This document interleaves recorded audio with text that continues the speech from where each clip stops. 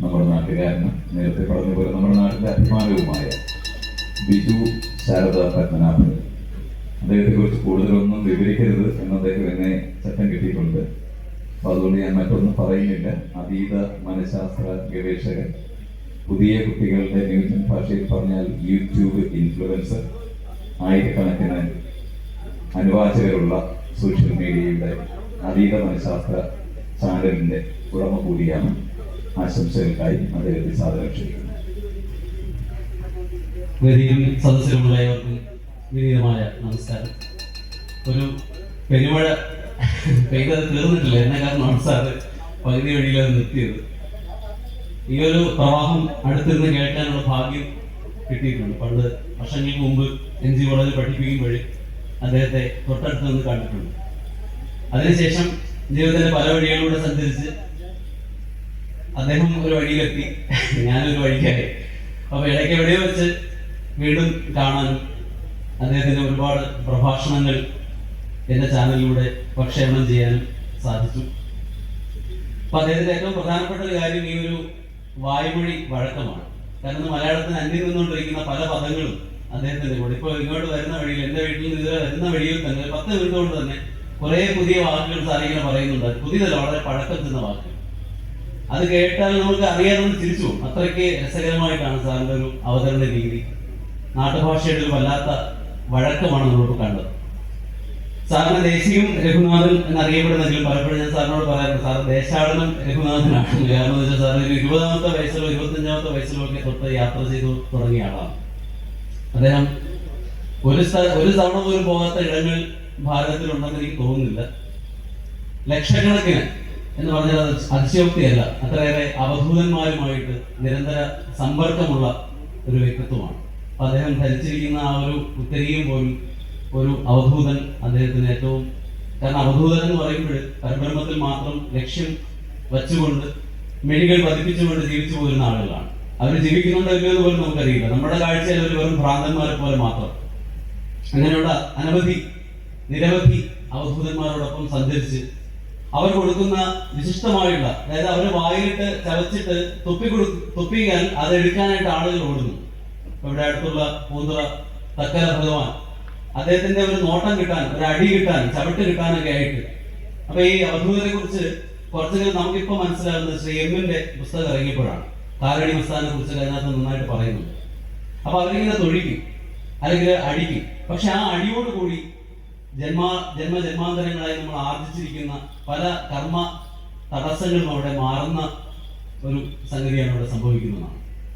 അപ്പൊ അദ്ദേഹം പറഞ്ഞ പല കാര്യങ്ങളും പറഞ്ഞ അർത്ഥോക്തിയിൽ നിർത്തി പോവുകയായിരുന്നു. അതുപോലെയാണ് ഗുരു ശാന്തി പ്രസാദ്. അദ്ദേഹത്തിന്റെ പേര് പോലെ തന്നെ ഭയങ്കര ശാന്തനായ ഒരു വ്യക്തിത്വമാണ്. അപ്പൊ അദ്ദേഹത്തിന്റെ അടുത്തും പോകാനും അദ്ദേഹവുമായിട്ട് നിരവധി എന്താ പറയുക കാര്യങ്ങൾ ചർച്ച ചെയ്യാനും അത് നമ്മുടെ ഒരു ചാനലിലൂടെ പ്രക്ഷേപണം ചെയ്യാനും ഒക്കെ സാധിച്ചു.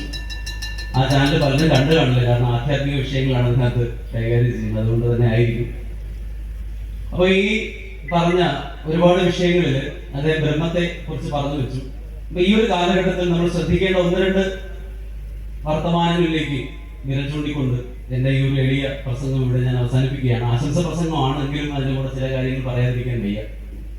അപ്പൊ ഇന്ന് ലോകം, ശാസ്ത്രലോകം ഭാരതീയ ആത്മീയതയുടെ പിറകെ വരുന്ന കാഴ്ച നമ്മൾ കാണുന്നു. ചുരുക്കി പറഞ്ഞാൽ ഭാരതീയ വേദാന്തികൾ, മനീഷികൾ പറഞ്ഞു വച്ച സ്ഥലം, അല്ലെങ്കിൽ അവർ പറഞ്ഞ് തുടങ്ങിയ സ്ഥലത്തേക്കാണ് ഇന്ന് ശാസ്ത്രം അവരുടെ കണ്ടെത്തലുകളെല്ലാം കൊണ്ട് അവസാനിപ്പിക്കുന്നതാണ്.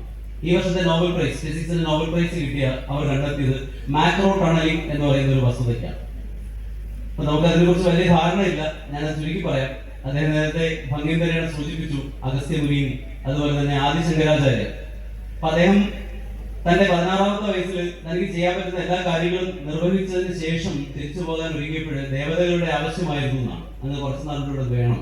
അങ്ങനെ 32 വയസ്സ് വരെ അദ്ദേഹം ഇവിടെ ജീവിച്ചുവെന്നും ഭൗതികമായ ജീവിതം നയിച്ചുവെന്നും അതിനുശേഷം അദ്ദേഹം പരമ്പരയിൽ ലയിച്ചുവെന്നും പറയുന്നു. പക്ഷേ അദ്ദേഹത്തിന്റെ കോൺട്രിബ്യൂഷൻസ് അല്ലെങ്കിൽ സംഭാവനകൾ നമ്മൾ നോക്കിക്കഴിഞ്ഞാൽ നമ്മുടെ അക്ഷരാർത്ഥത്തിൽ ഞെട്ടിപ്പോകുന്നതാണ്. അപ്പൊ 7-ാമത്തെ വയസ്സിൽ ഒരു മുതലയെ കൊണ്ട് തന്റെ കാലിനെ കടുപ്പിച്ചിട്ട് അമ്മയോട് സന്യാസ ദീക്ഷയ്ക്കുള്ള അനുവാദം വാങ്ങിയിട്ട് പുറപ്പെടുന്ന ആദിശങ്കരനെ നമ്മൾ കണ്ടിട്ടുണ്ട്. അപ്പൊ നമ്മൾ ആലോചിച്ച് നോക്കുക, 7-ാമത്തെ വയസ്സ് ഇന്ന് 1-ാം ക്ലാസ്സിലോ 2-ാം ക്ലാസ്സിലോ പഠിക്കുന്ന ഒരു കുട്ടി തന്റെ വീടും എല്ലാം ഉപേക്ഷിച്ചിട്ട് ഇറങ്ങി സഞ്ചരിച്ച ഒരു കഥയുണ്ട്. അത് കഥയല്ല, യാഥാർത്ഥ്യമാണ്. കാരണം വളരെ വലിയ ഒരു കാലഘട്ടങ്ങൾക്ക് മുമ്പാണ് അദ്ദേഹം ജീവിച്ചിരുന്നതെന്ന്. അപ്പൊ അദ്ദേഹം സഞ്ചരിച്ചിരുന്ന വിദ്യകൾ ഖേജരി എന്ന് പറയുന്ന അഭൂതപൂർവമായ വിദ്യ, അതുപോലെ നസീം സാറ് താമസിക്കുന്നത് ഒരു ചെറിയ ഇല്ലം എന്ന് അദ്ദേഹം വിളിക്കുന്ന ഒരു സ്ഥലത്താണ്. അവിടെ അഗസ്ത്യമുനി വന്ന് പാർത്തിരുന്ന ഒരു സ്ഥലമാണ്. അത് വളരെ അത്ഭുതത്തോടു കൂടി മാത്രമേ നമുക്ക് കാണാനും കേൾക്കാനും സാധിക്കുള്ളൂ. അഗസ്ത്യ മഠം എന്നാണ് അദ്ദേഹത്തെ തൊട്ടടുത്തായിട്ട് വലിയൊരു വീട് അദ്ദേഹത്തിനുണ്ട്. പക്ഷേ അദ്ദേഹം താമസിക്കുന്ന ആ ഒരു ചെറിയ ഒരു ഇല്ലത്താണ്, ചെറിയൊരു വീടാണ്. അതെപ്പോഴും അദ്ദേഹം അത് സംരക്ഷിച്ചു വരുന്നു. അപ്പൊ ഈ അഗസ്ത്യരെ വെറും കെട്ടുകഥകളാണ്, അല്ലെങ്കിൽ ബാക്കിയുള്ളതെല്ലാം തന്നെ കേവലമായുള്ള കെട്ടുകഥകൾ മാത്രമാണ്. അടുത്ത കാലത്ത് കേരളത്തിൽ ഒരു വലിയ പുരോഗമനവാദി പറഞ്ഞത് ശങ്കരാചാര്യരുടെ ചിത്രം ഇത്രയും ജ്വലിച്ചു നിൽക്കുന്നതിന് കാരണം അത് നമ്മൾ തെറ്റായി വരച്ചു വെച്ചത് കൊണ്ടാണ്. കാരണം ശങ്കരാചാര്യർക്ക് ഈ യാത്ര ചെയ്യുമ്പോൾ അദ്ദേഹത്തിന് ഷേവ് ചെയ്യേണ്ട ആവശ്യമില്ലായിരുന്നു. അന്ന് ബാർബർ ഷോപ്പുകളില്ലല്ലോ. അപ്പൊ എങ്ങനെയാണ് അദ്ദേഹത്തിന് ഈ ഒരു തിളങ്ങുന്ന മുഖം കിട്ടിയത് എന്നൊക്കെ ചോദിച്ച പല ആളുകളും നമ്മുടെ ഇടയിലുണ്ട്. അവരെല്ലാം യഥാർത്ഥത്തിൽ വലിയ വലിയ ബുദ്ധിജീവികളായിട്ടാണ് അവരെ നമ്മൾ വാഴ്ത്തുന്നതെന്നാണ്. അതുപോലെ ഇന്നത്തെ യുവതലമുറ നോക്കിക്കഴിഞ്ഞാൽ ഇവിടെ ഈ വേദിയിൽ വേറെ 1-2 പേരുണ്ട്. നമുക്ക് വളരെ പ്രശസ്തമായുള്ള ചില പ്രശസ്തിയാണോ എന്നറിയില്ല, സെലിബ്രിറ്റികൾ എന്ന് പറയുന്ന ആൾക്കാർ ആരെങ്കിലും സാന്നിധ്യം ഉണ്ടായിരുന്നെങ്കിൽ ഈ ക്ഷേത്ര കോമ്പൗണ്ട് ഇപ്പോ നിറഞ്ഞ് തുളുമ്പിയാണ്. നമ്മൾ കണ്ടു അടുത്ത കാലത്ത് ഒരു റാപ്പ് ഗായകന് വേണ്ടി മുദ്രാവാക്യം വിളിക്കുന്ന ചെറുപ്പക്കാരൻ നമ്മൾ കണ്ടു. അയാളെ കണ്ടില്ലെങ്കിൽ ഞങ്ങൾ മരിക്കും എന്ന് വരെ പറഞ്ഞ യുവരക്തങ്ങളെ നമ്മൾ കണ്ടു. പക്ഷെ ഇവിടെ കുറച്ച് ആൾക്കാർ മാത്രം ഇരിക്കുന്നു. അപ്പൊ ആത്മീയത എന്ന് പറയുന്നത് മറ്റെന്തോ ആണ്. 60 വയസ്സിന് ശേഷം കാഷായം കൊടുത്തുകൊണ്ട് എങ്ങോട്ടെങ്കിലും പോയി കണ്ടുപിടിക്കേണ്ട ഒന്നാണ് എന്നൊക്കെ ചില ധാരണകളാണ് നമ്മുടെ ഉള്ളിൽ ഉണ്ടാക്കി വെച്ചിരിക്കുന്നത്. ഏറ്റവും മോശമായിരിക്കുന്ന ഒരു സമൂഹമാണ് ഹിന്ദു സമൂഹം. അതിന് ഒരിക്കലും വർഗീയതയോ അല്ലെങ്കിൽ മതപരമായ കാര്യമോ പറയുന്നതല്ല. കാരണം ഇന്ന് അങ്ങനെയുള്ള എന്തെങ്കിലും ഒരു കാര്യം പറഞ്ഞു കഴിഞ്ഞാൽ നമ്മളെ പൊളിറ്റിക്കൽ ഹിന്ദുത്വ എന്നുള്ള ഒരു അജണ്ട വെച്ചുകൊണ്ട് നമ്മളെ മാറ്റി നിർത്തുകയാണ്. യഥാർത്ഥത്തിൽ ഭാരതത്തില് നമ്മൾ ചിന്തിക്കേണ്ട 1-2 വിഷയങ്ങൾ മാത്രമേ ഉള്ളൂ. 10,000 വർഷങ്ങൾക്ക് മുമ്പാണ് മഹാഭാരതം എഴുതപ്പെട്ടതെന്ന് ഇന്ന് ശാസ്ത്രം തെളിയിച്ചിട്ടുണ്ട്. കാർബൺ ഡേറ്റിംഗിന്റെ സഹായത്തോടു കൂടി അത് തെളിയിച്ചിട്ടുണ്ട്. ഈ മഹാഭാരതത്തിൽ പറയുന്ന എല്ലാ സ്ഥലങ്ങളും തീർച്ചയായിട്ടും നിലനിൽക്കുന്ന സ്ഥലങ്ങളാണ്. അതിൽ ഒരിക്കലും ഒരു ഫിക്ഷൻ കടന്നു വന്നിട്ടില്ല. അപ്പൊ അതിനും എത്രയോ നൂറ്റാണ്ടുകൾക്ക് മുമ്പ് എഴുതിയതാണ് രാമായണം. രാമായണത്തിലെ രാജാക്കന്മാർ സ്വർണം കൊണ്ടുണ്ടാക്കിയ കിരീടം വച്ചിരുന്നു എന്ന് പറയുമ്പോൾ ഭൂമിക്കടിയിൽ സ്വർണം എന്ന് പറയുന്ന ഒരു അയിരുണ്ടെന്നും ആ അയിരിനെ നമ്മൾ എന്ത് ചെയ്യുന്നു പുറത്തെടുത്തിട്ട് അതിനെ സംസ്കരിച്ച് സ്വർണം എന്ന് പറയുന്ന ഒരു ലോഹത്തിനെ ഈ രീതിയിലുള്ള ആഭരണങ്ങളാക്കി മാറ്റാമെന്നുള്ള ഒരു അറിവ് അവർക്ക് ഉണ്ടായിരുന്നുവെങ്കിൽ നമ്മൾ തീർച്ചയായിട്ടും അവരെ നമിക്കേണ്ടതുണ്ട്. പക്ഷെ നമ്മളിപ്പോഴും പറയുന്നത് വെറും 400 വർഷം പോലും പഴക്കമില്ലാത്ത ആംഗലേയ ഭാഷ അവർ ഇവിടെ ഉണ്ടാക്കിയ സംസ്കാരം മാത്രമാണ് നമുക്കുള്ളത്. അതിനെയാണ് നമ്മൾ പിൻപറ്റുന്നത് എന്ന് വളരെ അഭിമാനത്തോടു കൂടി പറയുന്ന, അവരുടെ സംസ്കാരത്തിനെ അതേപോലെ ഇവിടെ പറിച്ചു നടാൻ ആഗ്രഹിക്കുന്ന ഒരു ജനവിഭാഗത്തിന്റെ ഇടയിലാണ് നമ്മൾ ജീവിച്ചു പോകുന്നത്. അപ്പൊ ഞാൻ നേരത്തെ പറഞ്ഞ ഈ മാക്രോ ടണലിംഗ് ഇന്ന് ലോകത്തിന്റെ അടിസ്ഥാനം എന്ന് പറയുന്നത് ശുദ്ധബോധം മാത്രമാണ് എന്ന് ആധുനിക ശാസ്ത്രം കണ്ടെത്തിയിരിക്കുന്നു. ഇതൊരു ഷ്രോഡിംഗറിനെ പോലെയുള്ള മഹാന്മാരായ ഒരുപാട് ശാസ്ത്രജ്ഞന്മാർ പറഞ്ഞു വെച്ചിരിക്കുന്നതാണ്. ശുദ്ധബോധം മാത്രമാണ് നിലനിൽക്കുന്നത്. ഈ ലോകത്ത് മറ്റൊന്നും തന്നെ ഇല്ല എന്ന് പറയുന്നു. ബോധം മാത്രമാണ് ഉള്ളത് എന്ന് പറയുന്നു. നേഹി നാനാസ്തി എന്ന് നമ്മുടെ ഋഗ്വേദത്തിൽ പറയുന്നു. നാസതീയ സൂക്തത്തിൽ പറയുന്നു 2 ഇല്ല 1 മാത്രമേ ഉള്ളൂ. അത് തന്നെയാണ് ആദിശങ്കരൻ പറഞ്ഞത്, 2 ഇല്ല 1 മാത്രമേ ഉള്ളൂ. 2 നമുക്ക് തോന്നുന്നതെല്ലാം കേവലമായ ഒരു സങ്കല്പം മാത്രമാണ്. നിന്റെ മനോവിഭ്രാന്തികൾ മാത്രമാണ്, അല്ലെങ്കിൽ നിന്റെ മനോകൽപ്പനകൾ മാത്രമാണ് നിന്റെ ചുറ്റാതെ കാണുന്ന ഈ കാര്യങ്ങളെല്ലാം. അപ്പൊ അതിനെ കാണാതിരിക്കാനും അല്ലെങ്കിൽ അതല്ല സത്യമെന്ന് അറിയുന്നതിനും വേണ്ടിയാണ് ജ്ഞാനികളായ ആളുകൾ കണ്ണടച്ചിരിക്കുന്നത്. ജ്ഞാനികളായ ആളുകൾ കണ്ണടച്ചിട്ട് അവരുടെ ഉള്ളിൽ തെളിയുന്ന ശിവബോധത്തിനെ അല്ലെങ്കിൽ ഏറ്റവും വലിയ പരമമായ ആ ആത്മാവിനെ തിരിച്ചറിയുന്നു. അപ്പൊ ഇന്നത്തെ സമൂഹം തീർച്ചയായിട്ടും ഏറ്റവും കൂടുതൽ വായിക്കപ്പെടേണ്ടത് നാരായണ ഗുരുദേവന്റെയും അതുപോലെ കാരണം നാരായണ ഗുരുദേവന്റെ കൃതികൾ യഥാർത്ഥത്തിൽ SNDP അതിൽ പ്രവർത്തിക്കുന്ന ഒത്തിരി ആളുകൾ ഉണ്ടാവും. പക്ഷെ അവരാരും തന്നെ നാരായണ ഗുരുദേവന്റെ കൃതികൾ വായിക്കുന്നില്ല.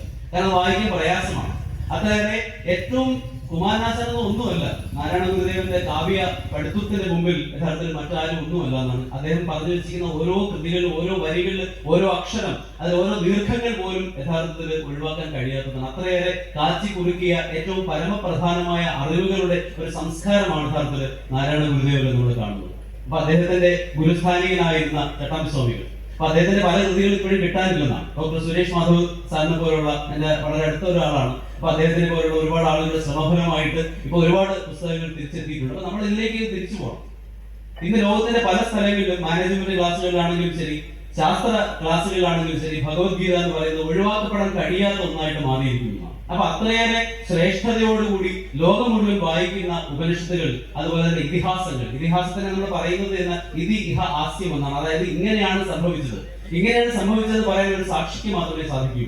സാക്ഷി എന്ന് പറഞ്ഞാൽ സ അക്ഷി, അക്ഷിയോട് കൂടിയവൻ, കണ്ണോട് കൂടിയവൻ എന്നാണ്. അപ്പൊ വേദവ്യാസൻ എന്ന് പറയുന്നത് ആരായിരുന്നു? അത് സാക്ഷിയായിരുന്നു. കാരണം അദ്ദേഹം അതിലെ പ്രധാനപ്പെട്ട ഒരു കഥാപാത്രമാണ്. വാൽമീകി എന്ന് പറയുന്നത് രാമായണത്തിലെ ഒരു കഥാപാത്രമാണ്. കാരണം അന്നത് നടന്ന കഥയാണ്. അപ്പൊ ഈ ഭാരതീയ സംസ്കാരമാണ് യഥാർത്ഥത്തില് ഹൈന്ദവത. അപ്പൊ ഹൈന്ദവത എന്ന് പറയുന്നത് ഈ 2000 വർഷങ്ങൾക്ക് ശേഷമുണ്ടായ സെമിറ്റിക് മതങ്ങൾ പറയുന്ന കാര്യങ്ങളല്ല. അപ്പൊ ആ അർത്ഥത്തിൽ നോക്കുമ്പോൾ എല്ലാവരും എന്ന് തന്നെയാണ്, ഭാരതീയർ തന്നെയാണ്, എല്ലാവരും ഹൈന്ദവർ തന്നെ. കാരണം ഹിംസാദ് ദൂതയെ ഇത് ഹിന്ദു എന്നാണ് ഹിന്ദുവിനെ കുറിച്ച് പറയുന്നത്. നമ്മളതിനെ ഇൻഡസ് നദിയുടെ കരയിലുള്ള സംസ്കാരം എന്ന് പറഞ്ഞ് അതിന് ഒരുപാട് വ്യാഖ്യാനങ്ങൾ ചമച്ചുവെങ്കിലും യഥാർത്ഥത്തിൽ ഹിംസയെ എതിർക്കുന്നവൻ ആരാണോ, പരമമായ സത്യത്തിനെ അന്വേഷിക്കുന്നവൻ ആരാണോ, അവൻ മാത്രമാണ് ഹിന്ദു ആകുന്നത്. ആ അർത്ഥത്തിൽ നോക്കുമ്പോൾ നമ്മൾ എല്ലാവരും യഥാർത്ഥത്തിൽ എന്താണ്? ഹിന്ദുക്കൾ തന്നെയാണ്. ഈ ലോകം മുഴുവൻ ഒരൊറ്റ സങ്കല്പം മാത്രമാണ്. കാരണം ഈ ഭൂമിയിലുള്ള ഏതൊരു മനുഷ്യനും അവൻ്റെതായുള്ള ഒരു ഫിംഗർ പ്രിന്റ് ഉണ്ട്. നമുക്ക് നമ്മുടെ ഈ വിരലുകളിലുള്ള ഈ അടയാളം, ഈ ആധാറിനെ എടുക്കാൻ പോകുമ്പോഴാണ് നമ്മൾ മനസ്സിലാക്കുന്നത് ഇത്രയും വളരെ ഇമ്പോർട്ടന്റ് ആയിട്ടുള്ള കാര്യമാണ്. പക്ഷെ അതിൽ ഏറ്റവും ഇമ്പോർട്ടന്റ് ആയിട്ടുള്ള കാര്യം എന്ന് വെച്ച് കഴിഞ്ഞാൽ എന്റെ ഫിംഗർ പ്രിന്റ് ഈ പ്രപഞ്ചത്തിൽ ഒരിക്കലും മുമ്പ് ഉണ്ടായിട്ടില്ല, ഇനി ഒരിക്കലും ഉണ്ടാവുകയില്ല. എന്റേത് മാത്രമല്ല, നമ്മുടെ ഓരോരുത്തരുടെയും. അപ്പൊ ഒന്ന് ആലോചിച്ച് നോക്കൂ, പ്രപഞ്ചത്തിന്റെ ആ ഒരു ബുദ്ധി എത്രത്തോളമാണ്. കാരണം നമുക്കുണ്ടായ ഈ ഫിംഗർ പ്രിന്റ് അല്ലെങ്കിൽ നമ്മുടെ ഈ പറയുന്ന വിരലിലെ രേഖ എന്ന് പറയുന്നത് പ്രപഞ്ചത്തിൽ ഇതുവരെ ഉണ്ടായിട്ടില്ല. കോടാനുകോടി മനുഷ്യർ വന്നുപോയി, ഇതുവരെ ഉണ്ടായിട്ടില്ല. ഇനിയും കോടാനുകോടി മനുഷ്യർ വരും, ഇനിയും അതൊരിക്കലും ഉണ്ടാവുകയില്ല എന്ന് പറയുമ്പോൾ എത്രത്തോളം സങ്കീർണമാണ് പ്രപഞ്ചത്തിന്റെ അൽഗോരിതം. ഏറ്റവും ലേറ്റസ്റ്റ് ആയിട്ടുള്ള ഒരു കമ്പ്യൂട്ടർ ഭാഷയാണ്, പ്രോഗ്രാമിന്റെ ഭാഷയാണ് അൽഗോരിതം എന്ന് പറയുന്നത്. പ്രപഞ്ചത്തിന്റെ ഈ സങ്കല്പം എത്രയാണ്. അപ്പൊ ഇത് വെറും കേവലമായിട്ടുള്ള ഒരു ഭ്രമകൽപ്പനയല്ല, ഇതിന്റെ പിറകിൽ വ്യക്തമായ ഒരു ധാരണയുണ്ട്. വ്യക്തമായിട്ട് ഒരു അന്വേഷണം നമ്മളിവിടെ നടത്തണം. വേറെ ഒന്നും അന്വേഷിക്കേണ്ട. ഇന്ന് പോയി എല്ലാ ദിവസവും ഒരു 5 മിനിറ്റെങ്കിലും നിങ്ങളോട് പോയിരിക്കും. നിങ്ങൾ പലരും ഉറങ്ങാറില്ല. കാരണം വെച്ച് കഴിഞ്ഞാൽ ബോധം കഴിയുകയാണ് ചെയ്യുന്ന പോലെ. കാരണം വെച്ചാൽ TV കണ്ടു അല്ലെങ്കിൽ മൊബൈൽ നോക്കി തളർന്ന് ക്ഷീണിച്ച് അല്ലെങ്കിൽ അമിതമായി ഭക്ഷണം കഴിച്ചിട്ട് അപ്പോൾ എന്തോ ഒരെണ്ണം സംഭവിക്കുന്നു, നമ്മൾ മറന്നു വീഴുന്നു. അതാണ് പലരെ സംബന്ധിച്ച് ഉറക്കം. നല്ല രീതിയിൽ നമ്മൾ ഉറങ്ങാറില്ല. നല്ല രീതിയിൽ ഉറങ്ങണമെങ്കിൽ നമ്മുടെ പൂർവികന്മാർ പറഞ്ഞു വെച്ചതുപോലെ 7 മണിക്ക് അല്ലെങ്കിൽ 6 മണിക്ക് ശേഷം ആഹാരം കഴിക്കാൻ പാടില്ല. മിതമായ ആഹാരം കഴിക്കുക, മിതമായി സംസാരിക്കുക, ഏറ്റവും ശ്രേഷ്ഠമായ കാര്യങ്ങൾ നമ്മൾ വായിക്കുക, സത്സംഗങ്ങളിൽ നമ്മൾ പങ്കെടുക്കുക, തുടങ്ങി ഒരുപാട് കാര്യങ്ങൾ.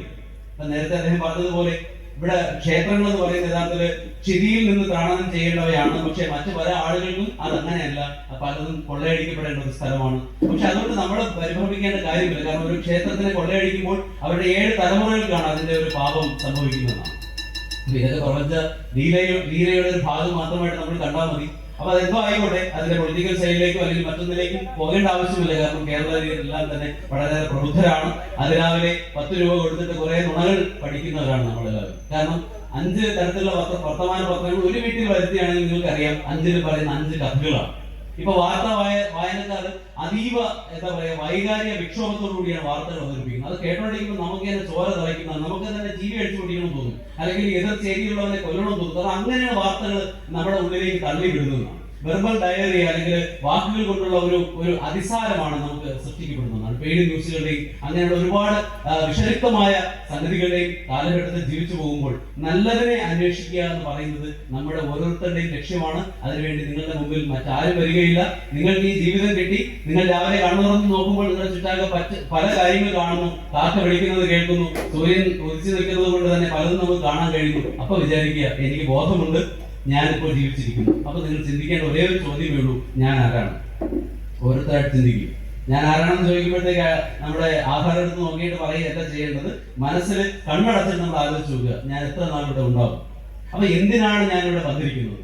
എന്തിനാണ് ഈ ദുഃഖങ്ങളെല്ലാം എനിക്ക് വരുന്നത്? സന്തോഷം വരുമ്പോൾ നമ്മൾ ഒരിക്കലും ചിന്തിക്കാറില്ല, എനിക്ക് എന്തിനാണ് ഇത്രയും സന്തോഷം ദൈവം തന്നത് ഒരിക്കലും ചിന്തിക്കാറില്ല. ദുഃഖം വരുമ്പോൾ മാത്രമാണ് ചിന്തിക്കുന്നത്, എനിക്ക് എന്തിനാണ് ഇത്രയും ദുഃഖം. അപ്പോ എഴുത്തച്ഛന്റെ അധ്യാത്മ രാമായണം നമ്മളൊന്ന് മനസ്സിരുത്തി വായിച്ചാൽ മാത്രം മതി. പല പദങ്ങളും നമുക്ക് മനസ്സിലാവില്ല എങ്കിലും നമ്മുടെ ശ്രേഷ്ഠമായ ആ കൃതിയെ നന്നായിട്ട് വായിച്ചാൽ നമുക്ക് കിട്ടും. അപ്പൊ 3.5 ലക്ഷത്തോളം വൈദിക ഗ്രന്ഥങ്ങൾ ഉണ്ടായിരുന്ന ഒരു സംസ്കാരമാണ് നമ്മുടേത്.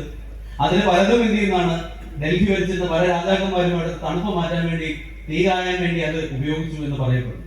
അതുപോലെ നടന്നയിലും തക്ഷശിലയിലുമുള്ള ലൈബ്രറികൾ 3 മാസത്തോളം നിന്ന് കത്തിയുന്നതാണ്. അപ്പൊ ഒന്ന് ആലോചിച്ച് നോക്കുക, എത്രമാത്രം ഗ്രന്ഥ സമാഹാരങ്ങളാണ് നമുക്ക് ഉണ്ടായിരുന്നതാണ്. പക്ഷെ ഇതൊന്നും പേടിക്കേണ്ട ആവശ്യമില്ല എന്ന് ഗുരുക്കന്മാർ പറയുന്നു. കാരണം ഇതെല്ലാം അന്തരീക്ഷത്തിലുണ്ട്. നിങ്ങൾ ധ്യാന നിമഗ്നമായ ഒരു മനസ്സോടുകൂടി ഇരുന്നാൽ തീർച്ചയായിട്ടും ഇതിനെല്ലാം ആധുനിക ഭാഷയിൽ പറയുന്ന പോലെ ഡൗൺലോഡ് ചെയ്ത് നമുക്ക് എടുക്കാനായിട്ട് സാധിക്കും. അതുകൊണ്ട് ഭാരതീയ ആത്മീയത എന്ന് പറയുന്നത് 100% സയന്റിഫിക് ആണ്. ശാസ്ത്രം ഇനിയും വളർന്നാൽ മാത്രമേ ഈ ആത്മീയതയിൽ പറയുന്ന കാര്യങ്ങളിലേക്ക് എത്തിച്ചേരാനായിട്ട് സാധിക്കുകയുള്ളൂ. അപ്പൊ അങ്ങനെയുള്ള പൊൻവെളിച്ചങ്ങൾക്ക് ഉണ്ടാകാനുള്ള അല്ലെങ്കിൽ പൊൻവെളിച്ചങ്ങൾ ഉണ്ടാകാനുള്ള അവസരങ്ങളായിട്ട് ഇങ്ങനെയുള്ള സാംസ്കാരിക വേദികൾ മാറട്ടെ, ഇങ്ങനെയുള്ള ക്ഷേത്രങ്ങൾ മാറട്ടെ എന്നുള്ള ഒരു ആശംസയാണ് എനിക്കിവിടെ അറിയിക്കാനുള്ളത്. അപ്പൊ ആ രീതിയിൽ പ്രപഞ്ചത്തിന്റെ പല താളങ്ങളും പലരിലൂടെയും പല രീതിയിൽ സംഗമിക്കുന്നു. ഇവിടെ വേദിയിരിക്കുന്ന ഒരാള് നമുക്ക് പറയാൻ പറ്റുന്ന അമൂർത്തമായ ഈശ്വര സങ്കല്പങ്ങളെ അദ്ദേഹം എന്ത് ചെയ്തു, മൂർത്തമായ രീതിയിൽ അദ്ദേഹം വരച്ചു വെച്ചിരിക്കുന്നു. ഇത്രയും യാത്രകൾ നടത്തിയല്ലോ ദേശീയ സാറിനോടൊപ്പം ഒരുപാട് യാത്രകൾ പോകാനുള്ള ഭാഗ്യം ലഭിച്ചിട്ടുണ്ട്. എങ്ങും കാണാത്ത രീതിയിൽ ശിവനെ അദ്ദേഹത്തിന് അതായത് ഒരു മനുഷ്യനെ പോലെ പൂർണ്ണ നഗ്നനായ ഒരു മനുഷ്യനായിട്ട് വരച്ച് അവിടെ നിർമ്മിച്ചു വെച്ചിരിക്കുന്ന ആഴിമല മാത്രമാണ് ഞാൻ കണ്ടിട്ടുള്ളത്. അപ്പൊ അവിടെ വെറുതെ വരച്ചു വെക്കുകയല്ല, അവിടെ ഭദ്രകാളിയുടെ സങ്കല്പം ഇങ്ങനത്തെല്ലാം ധ്യാന ശ്ലോകങ്ങളും. ഇപ്പൊ രാജാരിവർമ്മ വരച്ച ചിത്രങ്ങളിൽ മാത്രമല്ല ദൈവങ്ങളുള്ളത്, അതിന് മുമ്പ് ശരിക്കും ഓരോ ദേവതയ്ക്കും അതിന്റെ ധ്യാന ശ്ലോകങ്ങളുണ്ട്. അതിൽ പറയുന്ന അളവുകൾ അങ്ങോട്ടും ഇങ്ങോട്ടും തെറ്റാതെ. ഇപ്പൊ ത്രിപുരസുന്ദരിയുടെ ചിത്രം വരയ്ക്കാനായിട്ട് മോഹൻലാൽ ആവശ്യപ്പെട്ടത് ആർട്ടിസ്റ്റ് നമ്പൂതിരിയോടാണ്. അത് വരച്ചു തീർന്നിട്ടില്ല എന്ന് പറയുന്നത്. കാരണം അത്രയും സങ്കീർണമായ മാനങ്ങളും അളവുകളുമുള്ള ഇത്രയും കോംപ്ലിക്കേറ്റഡ് ആയുള്ള ദേവതാ സങ്കല്പങ്ങളെ തന്റെ ധ്യാനത്തിലൂടെ വളരെ ചെറിയ പ്രായത്തിലേക്ക് ആവാഹിച്ചെടുത്ത് നമുക്ക് മുമ്പിൽ അവതരിപ്പിക്കാൻ കഴിയും എന്നുള്ളതാണ് ഡോക്ടർ ദേവദത്തന്റെ ഏറ്റവും വലിയ ഒരു കാര്യം. അപ്പൊ അദ്ദേഹം അതിന് ഒരു പുരസ്കാരം നൽകുമ്പോൾ ശരിക്കും നമ്മളാണ് യഥാർത്ഥത്തിൽ അതിലൂടെ പുരസ്കൃതരാകുന്നത്. അതോടൊപ്പം തന്നെ സ്വീഡനിലെ തന്റെ പരിപാടികൾ ഏറ്റവും നന്നായിട്ട് കൊണ്ടുപോകുന്നതോടൊപ്പം ഇങ്ങനെയുള്ള ഒരു സദസ്സിലേക്ക് വിളിച്ചപ്പോൾ ഏറ്റവും സന്തോഷത്തോടെ വരാൻ കഴിഞ്ഞ അല്ലെങ്കിൽ വരാനായിട്ട് സൗമനസ്യം കാണിക്കുകയും അദ്ദേഹം വളരെ കുറച്ചേ സംസാരിച്ചുള്ളൂ. അതിനൊരു വലിയ വേദനയുണ്ട്. കാരണം അദ്ദേഹം ഒരുപാട് കാര്യങ്ങൾ സംസാരിക്കേണ്ട ആളായിരുന്നു. അതുപോലെ തന്നെയാണ് പ്രിയപ്പെട്ട ദേശീയ നിർമ്മാണ സാർ. അപ്പൊ ഈ ആൾക്കാരെല്ലാം തന്നെ ഏറ്റവും മനോഹരമായ രീതിയിൽ നിങ്ങൾക്ക് സമീപിക്കാൻ പറ്റുന്ന ആൾക്കാരാണ്. ഏറ്റവും പെട്ടെന്ന് നമുക്ക് സമീപിക്കാൻ പറ്റുന്ന ആൾക്കാരാണ്. അവരുടെ മുമ്പിൽ മാത്രമാണ് യഥാർത്ഥത്തിൽ സോഷ്യലിസം ഉള്ളത്. അവരുടെ മുമ്പിൽ മാത്രമാണ് യഥാർത്ഥത്തിൽ നമ്മൾ ഈ പറയുന്ന സമത്വം ഉള്ളത്. അപ്പൊ നിങ്ങൾക്ക് മനസ്സിലൊരു ആഗ്രഹം ഉണ്ടാവും. ആ ആഗ്രഹത്തിലുള്ള ഒരേ ഒരു വഴിയാണ് ഞാൻ ആരാണെന്നുള്ള ചോദ്യം ചോദിക്കുക. അപ്പോൾ തീർച്ചയായിട്ടും അവരെല്ലാം സമീപിക്കുക, പുതിയ പുതിയ അറിവുകൾ നേടുക. അതുപോലെ തന്നെ ഒരു ഗ്രാമത്തിന്റെ ഈശ്വരൻ എന്ന് പറയുന്നത് ആ ഗ്രാമത്തിന്റെ ഐശ്വര്യത്തിന്റെ സമൃദ്ധിയുടേതായ പ്രതീകമാണ്. അതുകൊണ്ട് ആ ദേവനെ ഉണർത്തുക എന്ന് പറയുന്നത് നമ്മുടെ ആവശ്യമാണ്, ദേവന്റെ ആവശ്യമല്ല. ദേവൻ എപ്പോഴും കംഫർട്ടബിൾ ആണ്, നമ്മുടെ ആവശ്യമാണ്. ആ ചൈതന്യത്തിനോട് നിലനിർത്തുക എന്ന് പറയുന്നത് നമ്മുടെ ഇതാണ്. അതുകൊണ്ട് തീർച്ചയായിട്ടും ക്ഷേത്രത്തിലേക്ക് വരാനുള്ള എന്താ പറയുക ഈ പറയുന്ന കാര്യങ്ങൾ നമ്മൾ മുൻകൈയെടുത്ത് ചെയ്യണം. ഉത്തിഷ്ഠത ജാഗ്രത പ്രാപ്യവരാൻ നിബോധത, നമ്മുടെ ലക്ഷ്യം എത്തുന്നത് വരെ നമ്മൾ വിശ്രമിക്കരുത്. അപ്പൊ ഇത്തരം ഒരു പറയുന്ന രീതിയിലുള്ള കാര്യങ്ങൾ ഏറ്റവും നന്നായിട്ട് മുമ്പിലോട്ട് കൊണ്ടുപോകുന്നത് ഏറ്റവും മികച്ച ഒരു ഭരണസമിതി ഇവിടെ ഉള്ളതുകൊണ്ടാണ്. അവര് പലപ്പോഴും ഞാൻ അവരോടൊപ്പം കാറിലൊക്കെ സഞ്ചരിച്ചിട്ടുണ്ട്. അപ്പൊ പെട്രോൾ അടിക്കാനായിട്ട് വെറുതെ പറയുന്നത് അത് ദേവന്റെ പൈസ എടുക്കണ്ട, ഞാൻ എന്റെ പൈസയിൽ എത്തോളാം എന്ന് പറഞ്ഞുകൊണ്ട് പെട്രോൾ. അപ്പൊ നമുക്ക് തന്നെ ഒരു ഇത് തോന്നും, ഭക്ഷണം കഴിച്ചാൽ അവർ വാങ്ങിച്ചു തരുമ്പോൾ ഒരു പ്രാവശ്യം എനിക്കെങ്കിലും കൊടുക്കണമെന്ന് എനിക്കും തോന്നും. ഞാൻ പറഞ്ഞത് മനസ്സിലായല്ലോ. അപ്പൊ അങ്ങനെ ദേവന് വേണ്ടി സമർപ്പിച്ചുകൊണ്ട് നമ്മുടെ പത്മനാഭസ്വാമി ക്ഷേത്രത്തിന്റെ ഇതായിട്ടുള്ള രാജാക്കന്മാരും ചെയ്തതാണ്. അവിടുന്ന് 1 രൂപ എടുക്കണമെങ്കിൽ പോലും ഒരു വൗച്ചർ എഴുതി വെച്ചിട്ട് അവർ എടുക്കുന്നു. അപ്പൊ അത്രയും നല്ല രീതിയിൽ ഈ ക്ഷേത്രത്തിന് ഏറ്റവും മികച്ച ഒരു അവസ്ഥയിലേക്ക് കൊണ്ടെത്തിക്കാൻ ഉത്തരോത്തരം പ്രയത്നിച്ചുകൊണ്ടിരിക്കുന്ന ഇതിലെ ഭാരവാഹികൾക്കും എല്ലാ ആളുകൾക്കും ഈ ക്ഷേത്രത്തിന്റെ ഏറ്റവും മികച്ച വിജയത്തിന് വേണ്ടി അല്ലെങ്കിൽ അതിന്റെ ഉന്നമനത്തിന് വേണ്ടി പ്രയത്നിക്കുന്ന എല്ലാവർക്കും എല്ലാവിധ ആശംസകളും നേർന്നുകൊണ്ട് ഇവിടെ ഈ ഒരു നിമിഷം ഇങ്ങനെ സംസാരിക്കാൻ കഴിഞ്ഞതിന് അറിയാവുന്നതും അറിഞ്ഞുകൂടാത്തതുമായ എല്ലാ നിമിത്തങ്ങൾക്കും സാദര പ്രണാമം. നമസ്കാരം.